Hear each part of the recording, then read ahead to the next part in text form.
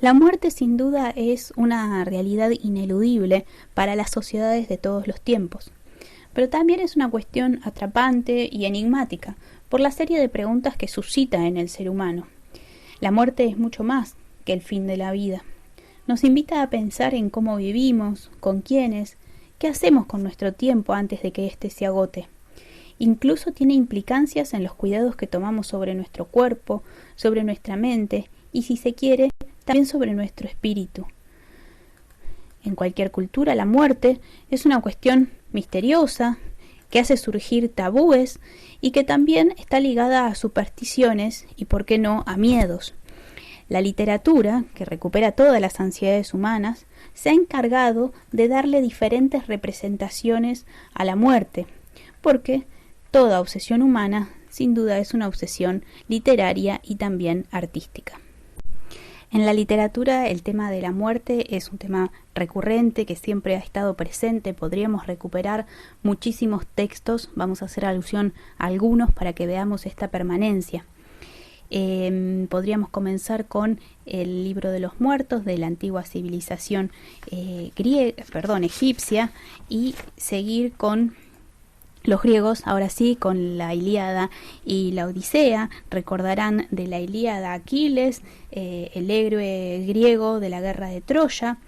Es un héroe que se ajusta muy bien a este tema de la muerte, porque de alguna manera, al asumir una muerte prematura, de alguna manera logra vencer a la muerte, de alguna manera le gana la pulseada. No es que su muerte le quita la memoria o la pervivencia en el recuerdo de las civilizaciones siguientes. Entonces, en ese sentido, Aquiles es un héroe que logra vencer el olvido de la muerte. Lo mismo va a pasar con Scheherazade, este personaje femenino que en la recopilación de cuentos de las 1001 noches le cuenta historias al sultán que quiere terminar con su vida. Vamos a dar un salto temporal. En Don Quijote, el personaje protagonista va a concebir la vida como un tránsito normal hacia la muerte. La muerte le llega como algo natural, algo esperable. Don Quijote es un representante de esta transición entre el barroco y el renacimiento. Su relación con la muerte es distinta. En la literatura la muerte es definitoria. De hecho, hay géneros literarios que no podrían existir, por ejemplo el policial negro, o también la literatura de terror, que lleva implícita el tema de la muerte, ya sea en clásicos como en Poe o en referentes contemporáneos como Stephen King. Seguramente conozcan Cementerio de Animales o It, al menos por la película. Y a pesar del esfuerzo de muchos, incluso el tema de la muerte ha llegado a la literatura infantil como la del siglo XIX, Oliver Twist, donde un niño se enfrenta a las miserias y a la muerte de Londres del siglo XIX, hasta literatura infanto-juvenil moderna como Harry Potter, donde se incorpora debates acerca de la vida y la muerte, el bien y el mal.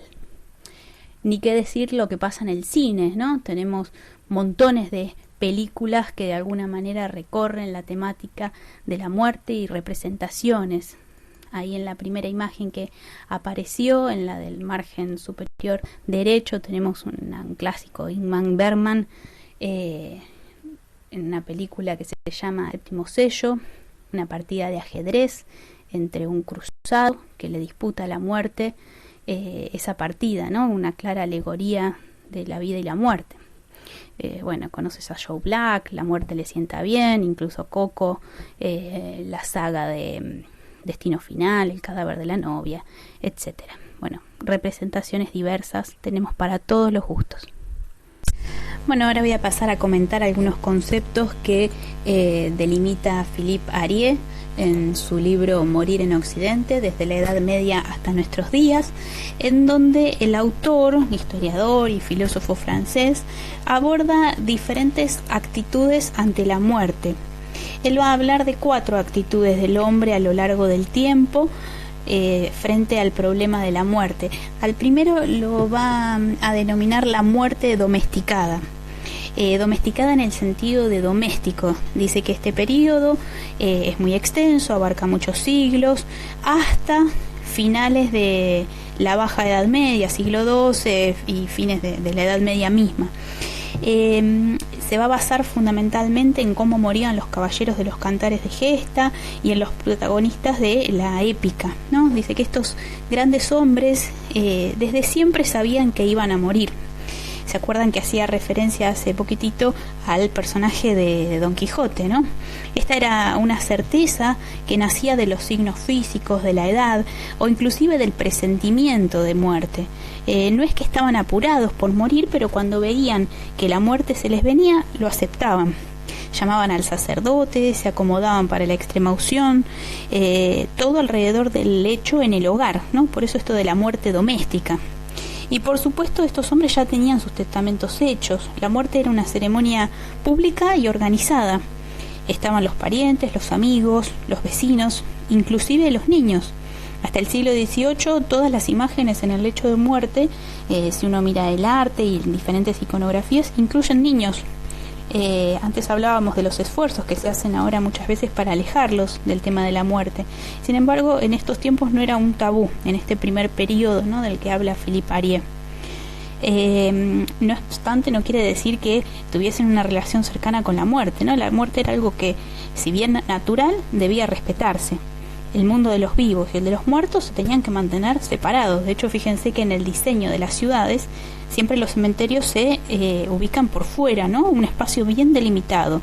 De hecho, desde la antigua Roma estaba prohibido enterrar a los muertos dentro de la ciudad, in urbe, ¿no? Siempre los cementerios afuera. Hay cierto culto alrededor de la muerte también para evitar que los muertos vuelvan, ¿no? Esto de cuestión de es natural, pero le tenemos respeto. Esta familiaridad tradicional con la muerte implicaba también una concepción colectiva del destino, ¿no? El hombre padecía la muerte como una de las grandes leyes de la especie y sin embargo no soñaba ni con sustraerse de ella, sabía que no podía zafar de la muerte, ni tampoco la exaltaba. Había una cuestión muy solemne en torno de la muerte porque se sabía que todos iban a morir, todos en algún momento iban a tener que atravesar este paso, ¿no? Considerado así como un paso natural entre la vida y la muerte. Dice Philippe Arié que de estas actitudes ante la muerte se produce un cambio interesante cuando comienza la preocupación, ya no por una muerte que es social y que a todos nos afecta, sino cuando el hombre empieza a pensar en su propia muerte. Por eso es que la segunda actitud ante la muerte es esta, la muerte propia. Aquí es importante la introducción de la representación del juicio final. Fíjense que Philippe Arié habla de Occidente, por lo tanto esta cultura que él analiza es la nuestra, es atravesada por valores judeocristianos, de manera que la representación del juicio final tiene que ver con una cosmovisión religiosa también. Hasta el momento no había un concepto de responsabilidad individual. Quienes habían vivido, como la Iglesia indicaba, resucitaban al final de los tiempos y ningún problema. Los malvados no tenían el beneficio de sobrevivir a la muerte, no resucitaban y eran abandonados al no ser, ¿no? Al no tener una vida eterna. En el siglo XII empiezan a ver que esto cambia. La idea del juicio se vuelve mucho más fuerte en la Iglesia y Philippe Arié lo analiza fundamentalmente en torno a la iconografía cristiana. De hecho, Cristo empieza a estar representado en el trono del juicio, rodeado de los apóstoles. Entonces empieza a juzgar al hombre según un balance de su vida. Aparece incluso la idea de la balanza en el fin de los tiempos, ¿no? Para valorar cuánto bien y cuánto mal había hecho el hombre en su vida. Poco a poco la escena del juicio final se traslada a la habitación del moribundo, ¿no? En los cuadros se empieza a ver que el moribundo está como custodiado por María y otros seres celestiales y Satán, que de alguna manera se disputan el alma del falleciente. Entonces se empieza a ver otra visión sobre el cuerpo del muerto, incluso sobre el horror de la muerte física. Hay un poema del siglo XIV que dice algo así como: «Oh carroña, solo eres ignominia, ¿quién te hará compañía? Lo que saldrá de tu licor, gusanos engendrados en la podredumbre de tu abyecta descomposición». Esa descomposición se vuelve señal del fracaso del hombre, pero a la vez lo que lo sacude entre el siglo XII y el siglo XV y le da cierta conciencia de sí mismo. de alguna manera aparece la idea de la conciencia de sí mismo. El hombre se ve en el espejo de la muerte, el speculum mortis.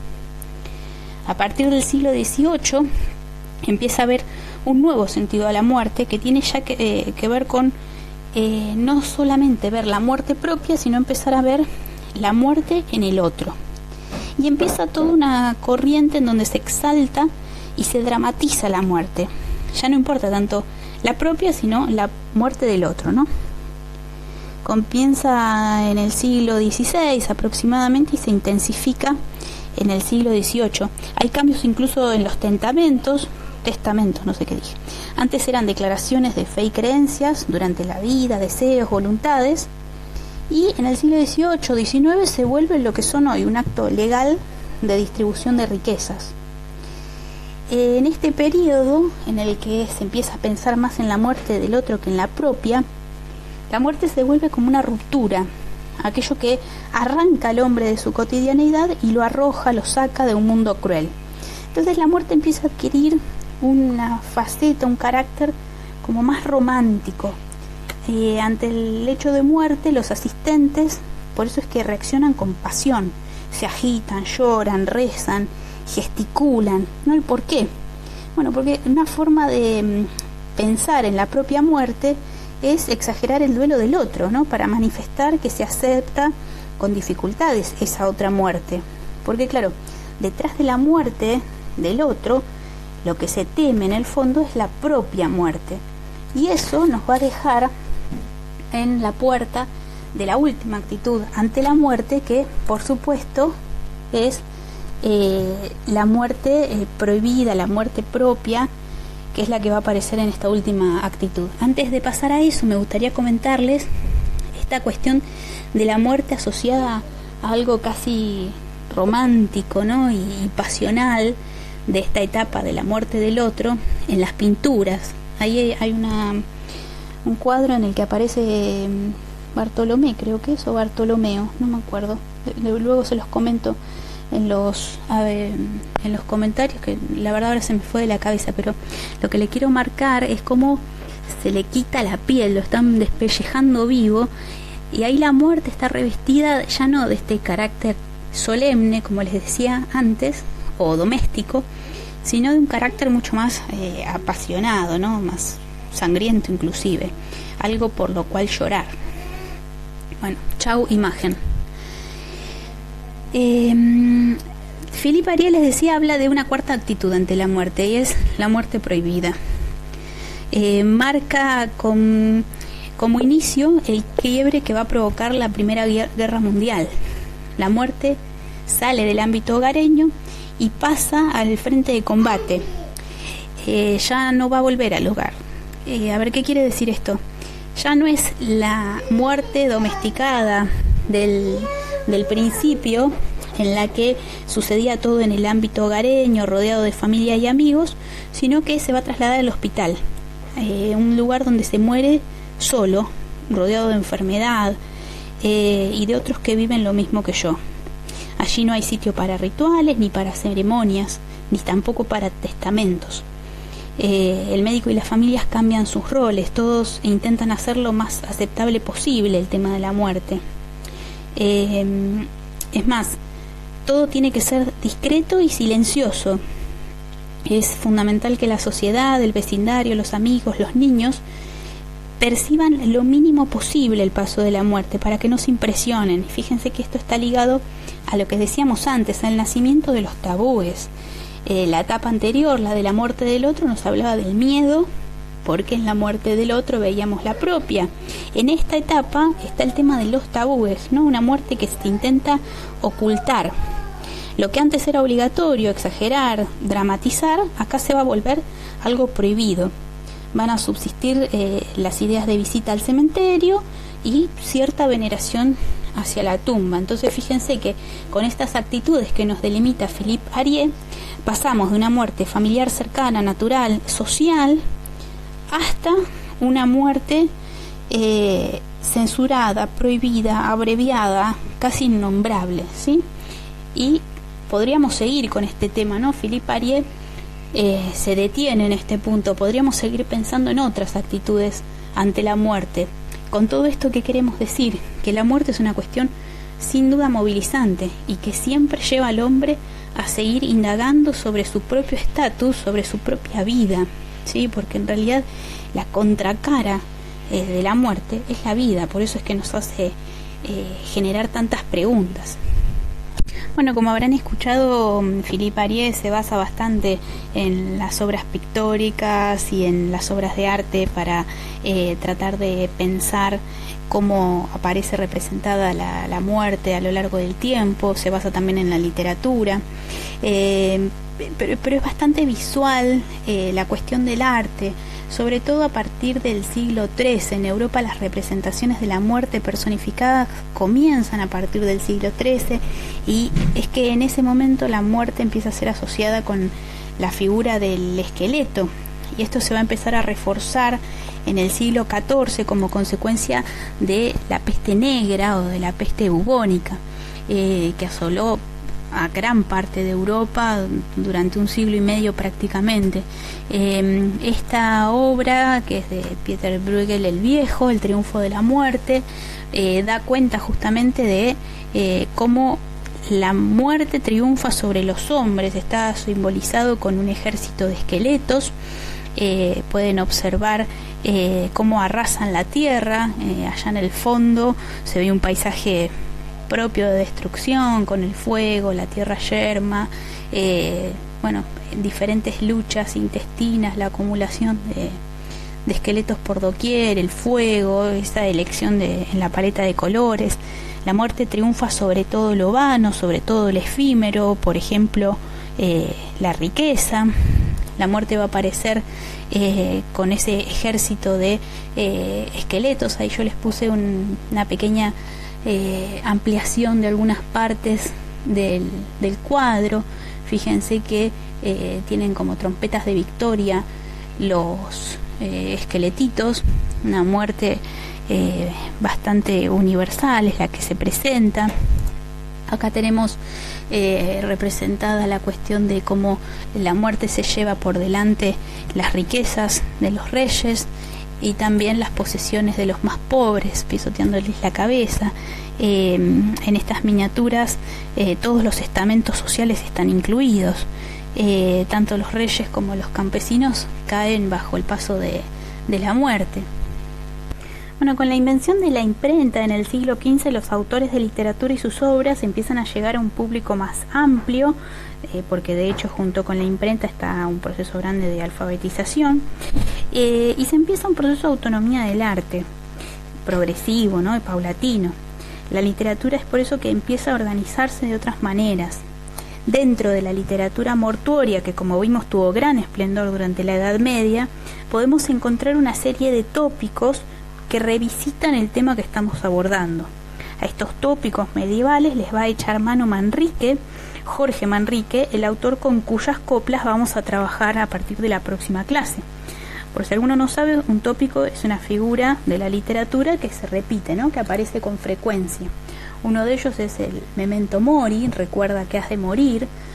Todos los tópicos estos tienen nombres en latín.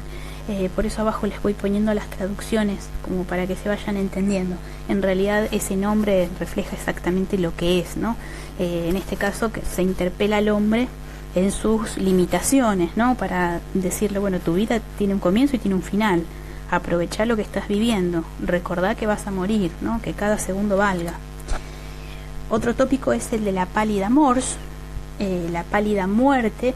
Hiere con pie igual las chozas de los pobres y los palacios de los reyes.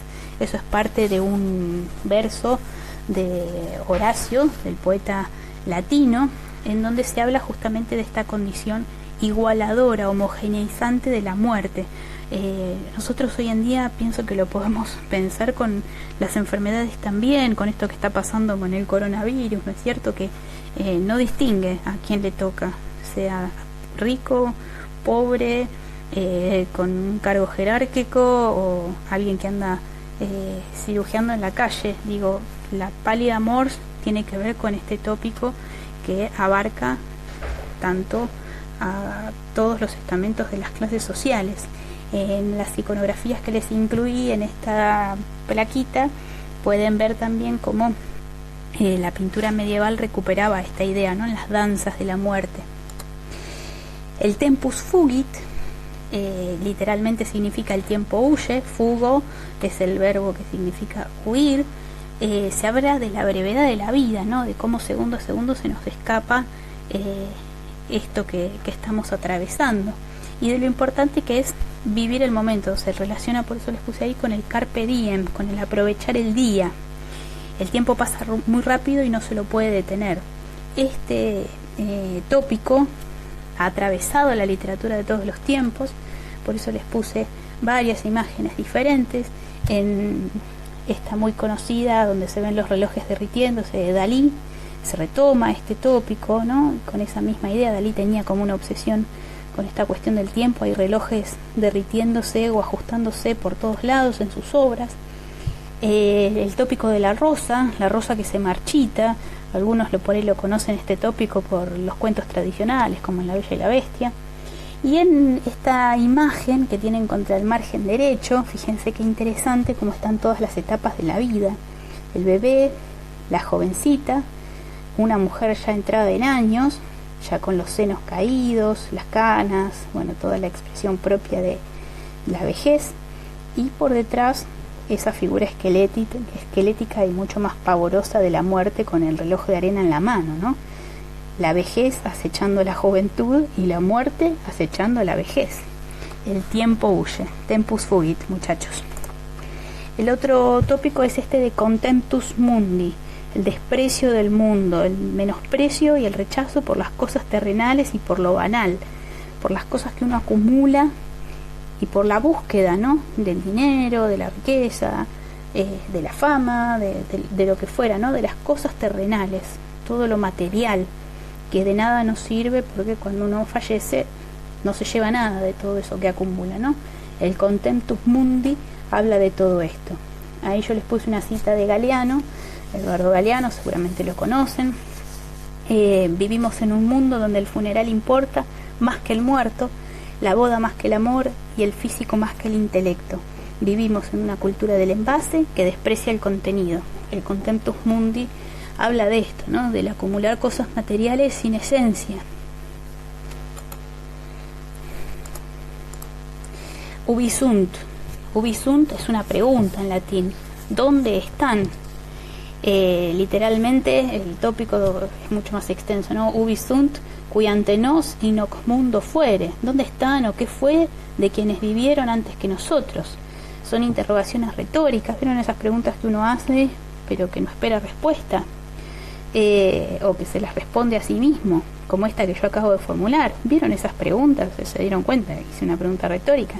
El Ubi sunt tiene que ver con esto. Preguntas que se hace el poeta sobre a dónde fue a parar, dónde quedaron todos los que nos antecedieron, todos los que murieron, qué pasó con su nombre, con su fama, con su gloria, con las cosas que hicieron.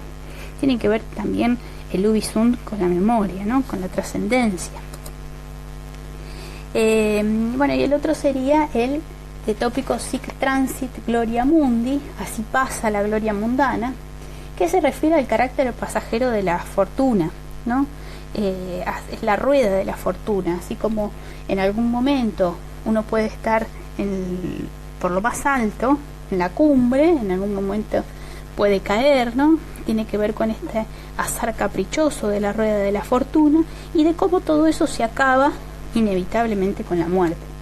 Estos tópicos ténganlos muy presentes, ya vayan reteniéndolos, estudiándolos, porque van a ser propios de estas coplas que vamos a empezar a leer la próxima. A leerla van a empezar antes, pero vamos a analizar la próxima clase. Bueno, chicos, esto ha sido todo por hoy. Creo que es bastante. Seguramente van a tener que atravesar el video 2 veces, si es que no tomaron apuntes. Pretendo que todo esto lo tengan en sus carpetas y que luego lo puedan reproducir. Voy a dejar como material adicional también el texto de Philippe Arié, sobre todo la primera parte. Si alguno lo quiere atravesar como material de lectura, es muy válido, incluso para trabajarlo como algún tema especial, puede servir. Nos vemos la próxima.